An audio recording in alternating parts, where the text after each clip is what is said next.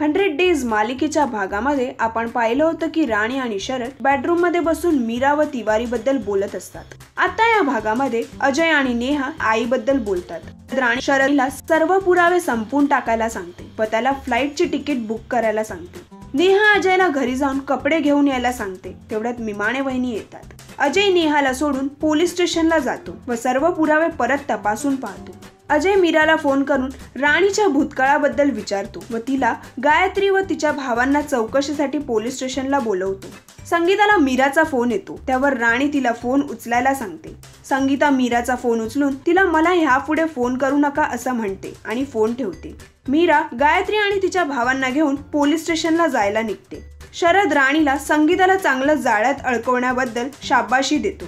राणी त्याला जिथे तिवारीची विल्हेवाट लावली तिथे एक वेळा जाऊन बघून यायला सांगते। अजय शेलारला शरदला चौकशीसाठी पोलीस स्टेशनला बोलवून घ्यायला सांगतो। शेलार लगेच शरदला फोन करून पोलीस स्टेशनला बोलवून घेतो। त्याला पोलीस स्टेशनमध्ये बोलवल्यामुळे राणी टेन्शनमध्ये येते। शरद पोलीस स्टेशनला जायला निघतो। आता पुढे काय होणार हे जाणून घेण्यासाठी पाहत रहा मराठी कट्टा। मराठी सिनेसृष्टीच्या ताज्या अपडेट्स व गॉसिपसाठी आमच्या चॅनलला सबस्क्राईब करायला विसरू नका।